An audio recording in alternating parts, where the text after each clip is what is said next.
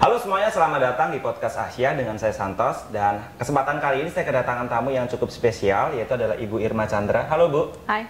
Nah, kesempatan kali ini saya mau ngebahas tentang bagaimana sih kondisi properti saat ini dan ada info baru apa lagi sih yang ada di Asia. So, tonton video ini sampai habis.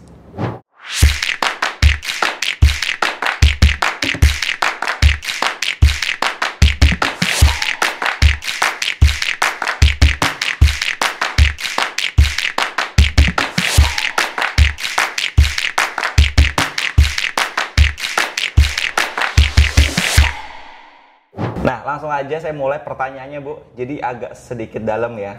Dan anyway ngobrolnya santai aja. Oke.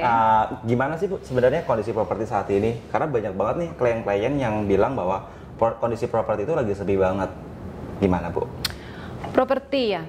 Oke. Pada awal terjadinya pandemi, memang properti itu termasuk salah satu industri yang diprediksikan akan kena dampak. Oh. Ya, dan itu memang benar terasa sekali 1-2 bulan pertama ya pada saat kita memasuki masa penyesuaian dari aktivitas biasa ke apa yang disebut new normal. Berarti itu sekitar bulan Maret, bulan April. April Mei ya lebih tepatnya ya. Terus setelah itu tapi semuanya kembali kalau yang saya lihat dari apa yang saya kerjakan itu kembali membaik. Industri properti kembali membaik dan semakin membaik menjelang akhir tahun ini. Kenapa saya bilang semakin membaik? Karena seperti kita amatin di industri properti ada beberapa developer yang sukses melakukan launching dan ada beberapa juga yang sukses mempersiapkan launching produk-produk baru berikutnya. Oke, berarti bisa dibilang bahwa COVID ini tidak menjadi tantangan dong? Atau apakah ada dampak juga tentang COVID ini ke bisnis properti? Kalau dibilang COVID tidak memberikan tantangan, ya nggak seperti itu. Tapi let's say seperti ini, COVID menjadi filter, semacam saringan bagi developer-developer. Oke. Dari situ akan kelihatan developer mana yang cepat berinovasi, cepat menyesuaikan dengan keadaan, dan developer mana yang memang benar-benar kuat dalam artian memang sudah stabil dalam menjalankan operasinya. Mereka akan bertahan seolah-olah seperti yang tidak terpengaruh itu tadi.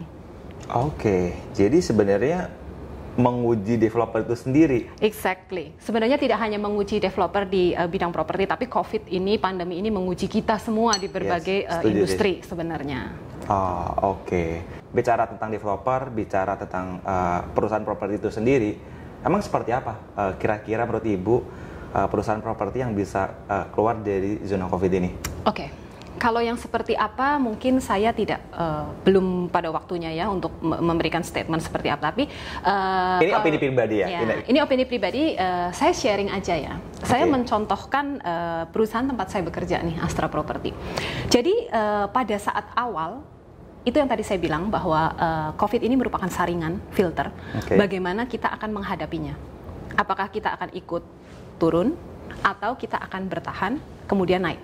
Nah, yang dilakukan Astra Property ini sepenuhnya adalah well prepare. Kalau saya boleh simpulkan, ya. Jadi throwback ya, bulan Maret itu yang dilakukan Astra Property pada saat orang masih belum heboh-heboh dengan adanya pandemi, PSBB segala macam. Tim kami sudah dilatih untuk mengadakan protokol kesehatan. Kemudian sistem kerja kami antar departemen juga sudah dirubah. Bagaimana seandainya kami memang diharuskan bekerja dari jarak jauh. Kemudian planning produk yang akan di-launching, terutama tahun ini, semuanya dari produk yang sudah ditentukan 1 tahun sebelumnya, mereka langsung adjust dengan kebutuhan pasar. Jadi dari pandemi ini kelihatan sekali kebutuhan pasar itu sebenarnya konsumen lebih titik beratnya ke apa. Berarti benar-benar lihat si kebutuhan konsumen itu seperti apa. Oke. Jadi benar-benar mengutamakan untuk bisa survive tahun ini melewati masa pandemi, itu Astra Property lebih memilih untuk melaunching produk yang memang sesuai dengan kebutuhan konsumen atau consumer base. Nah, itu yang benar-benar ditekankan. Nah, jadi selain well prepare, juga cepat beradaptasi, kemudian mau merubah konsep produk menjadi produk yang lebih sesuai dengan kebutuhan pasar. Oke. Nah, saya percaya bahwa COVID ini benar-benar mengganggu banyak sekali bisnis. Itu ya kita semua udah tahu lah. Seberapa seberapa ini sih Bu, seberapa mengganggu-kah atau seberapa menurunkah penjualan di properti? Sebenarnya kalau properti lain saya kurang paham angkanya ya. Again saya akan lihat dengan apa yang memang sedang saya handle. Untuk Astra Property sendiri dibandingkan dengan keadaan yang sama bulan yang sama tahun sebelumnya, keseluruhan Astra Property itu hanya turun 16%. Oh oke dong, harusnya dong. Ya. Banyak sekali yang bahkan developer yang sampai banting-banting harga. Yes. Ya menurutku itu nggak oke ya. Mereka sampai banting-banting harga supaya ngejar revenue, dan bahkan Astra cuma turun 16%. Ya. Jadi kembali ke strategi penjualannya. Mungkin developer yang banting-banting harga itu mereka juga dalam rangka how to survive this market. Ngamarin cash flow-nya dia sendiri mungkin. Ya. Cuma memang how to survive itu lagi, waktu kita terbatas, kesempatan kita terbatas, kita hanya dapat memberikan 1 atau 2 strategi yang diharapkan dapat menuai hasil tahun ini. Jadi mungkin strategi yang dipilih itu, kalau Astra kan memang tadi saya bilang benar-benar memilih untuk consumer based market need apa. Yes. Nah, itu benar-benar market need sendiri harus dicari, apakah yang dibutuhkan orang saat ini adalah diskon besar-besaran atau apa yang lainnya yang bisa ditawarkan. Nah, Astra termasuk salah satu developer yang tidak memilih untuk memberikan diskon besar-besaran sih, terus terang tahun ini. Kenapa? Itu menarik nih soalnya. Oke. Jadi alasannya begini. Kita ngomong properti adalah produk investasi. Ya, kita jual properti itu dasarnya trust. Investasi itu selalu berhubungan dengan trust ya. Yes, kepercayaan. Jadi ya kita mengelola investment dari orang-orang yang percaya untuk beli kepada kita. Kita tidak mungkin mengkhianati kepercayaan itu dengan kita memberikan harga yang di bawah pada saat orang itu beli, karena memang hukumnya properti dari saat di launching itu harganya tidak akan pernah di bawah harga launching perdana. Oke. Itu nilai investasi dari properti ada di situ. Itu salah satu kenapa investasi properti cukup menarik. Selain dari tempat tinggal, tapi juga bisa buat investasi jangka panjang juga. Oke. Ya. Terus apa yang dilakukan sama Astra Bu di era COVID saat ini? Apa strateginya? Apakah launching produk baru atau apa? Atau mungkin promo apa segala macam? Apa yang dilakukan Bu? Oke. Kalau untuk apa yang dilakukan, Astra tetap menjalankan plan seperti yang memang harus dijalankan. Oke. Cuma memang ada sedikit adjustment. Adjustmentnya itu kelihatan dari tipe produk yang diluncurkan. Jadi menjelang akhir tahun Astra akan meluncing 2 produk. Oke. Apa tuh? Penasaran Asia tuh. Tepatnya jadi ya. Jadi kita bicara tentang Asia ya. Kita ngomong tentang Asia ya. Oke. Di Asia mau launching produk apa? Karena pasti banyak sekali yang nungguin. Kalau di Asia akhir tahun ini akan ada launching produk. Yang menurut saya sangat menarik, dari 2 produk yang sangat berbeda dan belum pernah di launching Asia sebelumnya. Yang satu adalah hunian, tapi dengan konsep kita mengangkat affordable living. Kalau dari kata affordable mungkin berarti murah nih. Ya, semuanya udah keraba ya ngomongnya ke arah mana. Kita akan meluncing 1 produk hunian yang mengangkat tema affordable living. Yang satu lagi lebih berbau investasi, karena nanti di Asia. Apa tuh? Di Asia akan meluncing sebuah produk komersil. Nah, ini kalau komersil biasanya udah menarik untuk dibicarakan nih ya. Meluncing produk komersil yang belum pernah ada di wilayah Jakarta Timur. Sebentar, saya mikir dulu. Komersil belum ada di Jakarta Timur. Mall? Kita nggak ngomong mall ya, karena kalau kita ngomong mall itu kebayangnya bangunan yang besar, terus banyak dinding di sana-sini. Ruko mungkin Bu? Ruko, bisa jadi dibilang ruko, tapi bukan ruko juga. Berarti masih menjadi misteri. Jadi buat kalian semua yang penasaran, tungguin aja produk terbaru dari Asia. Oke, saya mau ngobrol tentang New Affordable Living. Apa yang dimaksud itu Bu? Jadi New Affordable Living itu kita di Asia bentuknya kita akan meluncing produk baru namanya produk Sentarum. Cluster Sentarum, di mana di situ akan tersedia tipe yang bisa dibeli oleh keluarga muda. Wah, saya bisa beli nih. Betul. Jadi target marketnya memang newlywed. Yang memang menghargai the value of living, karena kita tahu kan kalau di Asia itu kalau ketika orang beli rumah di Asia, dia tidak hanya membeli bangunan. Itu bedanya. Jadi kalau orang membeli rumah untuk tinggal dan dia memilih Asia, dia membeli konsep.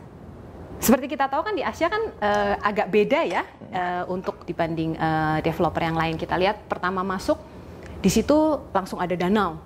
di mana sirkulasi udaranya masih bagus sekali.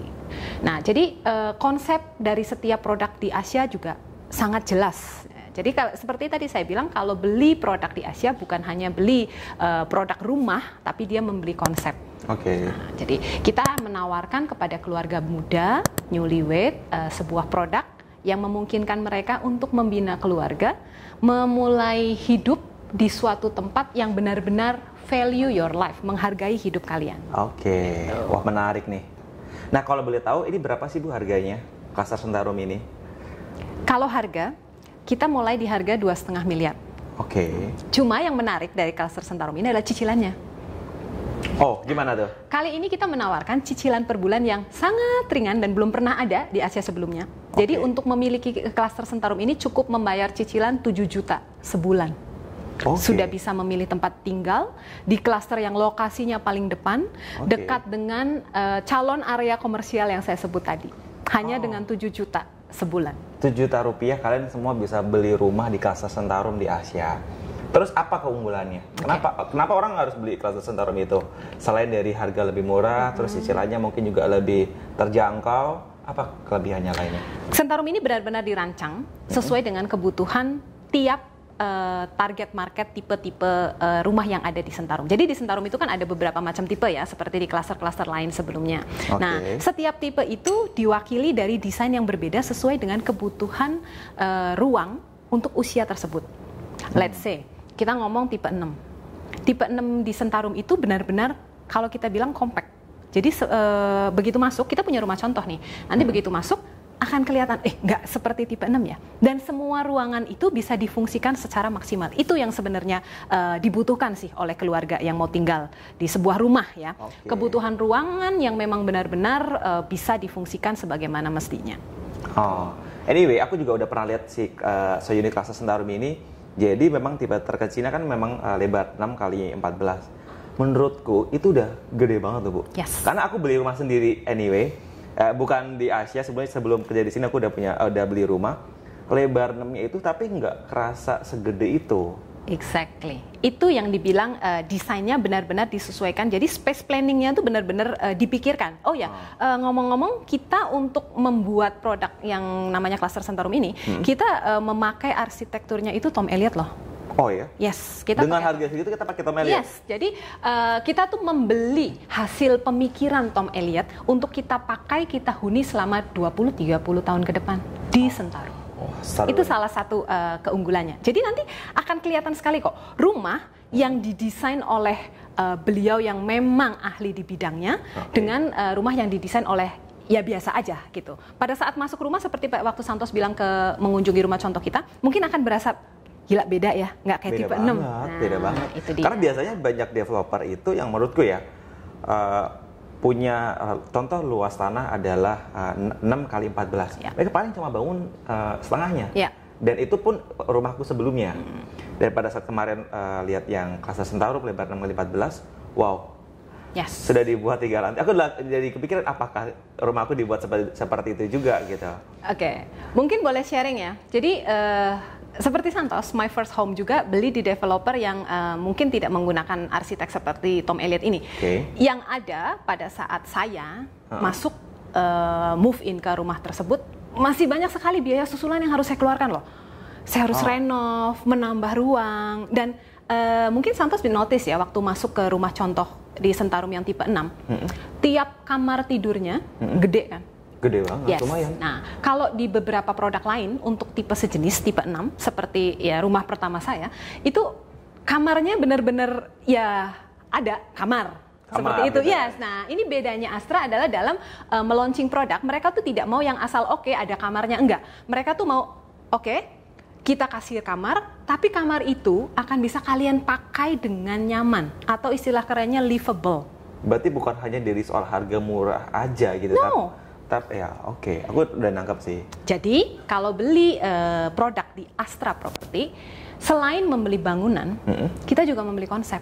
Kita membeli hasil panjang pemikiran para ahli di bidangnya. Contohnya ya dari kamar itu tadi. Jadi pada saat kita masuk, kita tidak perlu lagi melakukan renovasi yang gede-gedean seperti yang kejadian sama saya. Jadinya harga rumahnya itu hampir 2 kali lipat karena saya harus menambah bangunan lagi di belakang karena kebutuhan ruang saya tidak terpenuhi dengan apa yang diberikan oleh developer. Betul, tenaga lagi. Betul. Biaya lagi. Kotornya lagi. Belum kan kalau kita keluarga muda, suami istri bekerja, wah renovasi itu bukan pilihan yang tepat. Oke. Nah di Cluster Centarum itu ada tipe apa aja sih Bu? Siapa tuh ada yang cocok buat para penonton semuanya? Jadi di Centarum itu termasuk tipe yang sangat lengkap. Jadi dari yang saya bilang tadi newlywed ada, diwakili oleh tipe 6, tipe 7, kemudian ada untuk mungkin keluarga yang untuk upgrader dari first home, ada tipe 8, kemudian ada juga tipe 9 dan 9 deluxe. 9 deluxe nih yang tanahnya lebih gede, siapa tahu kepengen punya taman. Dan menariknya lagi, di Centarum ini ruang terbuka hijaunya banyak sekali. Jadi bisa dibayangkan kan, dalam satu klaster banyak sekali area hijau yang nantinya bisa dinikmati kalau sore atau pagi pada saat kita beraktivitas di sekitar rumah kita. Oke. Jadi menarik sekali ya Cluster Centarum. Menarik sekali. Saya juga cukup kaget juga bahwa Astra bisa pede sekali dan bisa komitmen mau keluarin produk di masa pandemik seperti ini. Dan gimana hasilnya? Ini sudah dipasarkan atau belum anyway? Ini kita syuting tanggal kita syuting tanggal 19. Sudah dipasarkan atau belum? Kalau ada orang yang mau beli itu seperti apa? Kebetulan saat ini untuk Centarum kita lagi dalam pre-launching, jadi tahap pengumpulan interest atau minat, jadi dalam bentuk NUP dan terus terang NUP-nya di luar dugaan kita sih. Ya, walaupun tidak sampai ribuan, tapi untuk jumlah unit yang ditawarkan saat ini kami sudah hampir 2 kali lipat untuk peminatnya. Ya, untuk dibilang untuk dibilang sebagai developer yang meluncing produk di masa pandemi, apalagi di akhir tahun, menurut kami sih, kami optimis ini hasilnya akan sukses ya untuk Centarum. Karena ya mungkin banyak developer di luar sana yang launching produk, tapi mungkin harganya nggak seperti Asia. Jadi again, kita meluncing produk kelas premium dan peminatnya ternyata masih banyak. So the market is still there. Jadi buat kalian semua yang memang lagi cari rumah dan takut kalau properti lagi sepi, ternyata enggak loh. Nah, berarti dari obrolan tadi yang aku tangkap adalah di era COVID seperti ini justru malah memfilter para developer properti khususnya, gimana mereka bisa survive atau enggak, gimana mereka bisa menyiapkan produk atau tidak. Menurut Ibu, nanti ini sekalian jadi tips juga buat para pembeli yang memang lagi cari rumah, tipsnya apa cari rumah di era kondisi COVID seperti ini, Bu? Kalau tips untuk membeli rumah, pertama pasti lokasi ya. Lokasinya, kemudian pembangunan infrastruktur di sekitar lokasi. Justru infrastruktur? Karena kalau ngomong produk properti, tambah satu akses atau infrastruktur transportasi, harganya pasti naik. Kita ngomong dari sisi investasi dulu ya. Nah, dengan adanya penambahan fasilitas, infrastruktur, transportasi, selain investasi naik, kenyamanan juga naik dong pasti. Iya, karena sudah bukan rahasia lagi kalau kita tuh paling malas bermacet-macet, betul? Betul. Orang Jakarta itu selalu mempunyai pertanyaan dan punya problem, macet, malas. Betul. Itulah kenapa lokasi dan akses menjadi poin penting pertama untuk menentukan di mana akan membeli atau berinvestasi properti. Selain lokasi dan akses, hal kedua yang perlu diperhatikan sebelum membeli properti adalah produk tersebut dibangun oleh siapa. Jadi siapa developernya? Itu penting loh untuk menentukan langkah pertama akan membeli produk properti. Setuju banget Bu, karena segimanapun, sebagus apapun konsepnya, kalau nanti tidak dibangun dengan perfect, dengan sempurna juga akan percuma juga ya. Kalau menurut Ibu, developer yang bagus itu seperti apa? Menurut saya, bagaimana memilih developer yang bagus adalah satu, lihat dulu reputasinya. Jadi developer yang bagus itu biasanya akan memiliki reputasi yang sudah cukup diakui. Track record lah ya. Track record, betul. Terus yang kedua, jangan lupa dilihat juga kekuatan finansial developer tersebut. Ini ada hubungannya dengan poin ketiga nanti ya. Jadi kekuatan finansial developer yang dipilih itu juga harus cukup stabil, cukup kuat. Untuk yang nomor 3, dia dapat mendeliver produk yang dijanjikan ke kita. Karena kan kita tahu yang namanya industri properti itu diawali dengan menjual mimpi, menjual konsep. Nah, karena kebanyakan rumahnya belum ada. Betul. Bisa dibilang awal jualan properti adalah jualan gambar, ya kan? Nah, ini baru bisa terlihat bagaimana developer itu baik atau tidak pada saat dia menyerah terimakan unitnya, mundur apa enggak, sesuai dengan janjinya atau tidak. Kemudian pembangunan lingkungan keseluruhannya dari developer itu sambil berjalan atau hanya membangun klasternya saja, dalam artian atau hanya membangun rumah yang dijual saja. Itu juga perlu diperhatikan karena kita membeli properti seperti yang tadi di awal kita bahas, itu adalah suatu barang yang akan digunakan paling cepat 10 tahun. 10, 20, 30 tahun ke depan. Jadi kita memutuskan untuk membeli sesuatu yang akan kita pakai jangka panjang. Jadi pertimbangannya banyak nih kalau mau beli properti. Jadi nggak cuma tertarik dengan diskon yang diberikan pada suatu masa tertentu atau promo-promo tertentu, tapi benar-benar harus lebih mendalam lagi, dilihat yang paling penting adalah siapa developernya. Karena untuk jangka waktu yang cukup panjang. Betul. Nggak cuma beli 1 tahun, 2 tahun dipakai, terus dijual lagi. Yes. Nggak, oke. Bisa dibilang beli properti itu sama dengan membeli komitmen. Interesting banget obrolan kita hari ini. Kalau kita lanjutin sampai besok, kayaknya nggak akan ada habisnya. Bisa sampai besok ini. Betul. Jadi buat kalian semua yang penasaran di Klaster Centarum, saya rangkum sedikit tadi bahwa tipenya mulai dari lebar 6 dengan harganya mulai dari 2,5 miliar. Jadi buat kalian semua yang penasaran tentang apa sih Klaster Centarum, gimana sih bagusnya, kalian bisa langsung datang ke Asia Marketing Gallery. Yes. Kalian bisa hubungi nanti nomor di bawah ini. Kalian bisa akses juga webnya. Nanti akan ada tipe-tipe rumahnya dan ada promonya. Dan buat kalian semua yang memang mau datang aja ke Asia Marketing Gallery. Nanti akan dibantu oleh tim marketing terbaik kami. Jadi saya kira itu aja untuk obrolan kita hari ini. Terima kasih sekali Bu Irma sudah meluangkan waktunya. Sama-sama. Dan buat kalian semua yang belum subscribe di channel YouTube Asia, jangan lupa di subscribe karena banyak sekali video-video yang menarik di video berikutnya. Jadi saya Santos. Dan saya Irma. Terima kasih sudah menonton sampai habis dan sampai ketemu di video kami selanjutnya.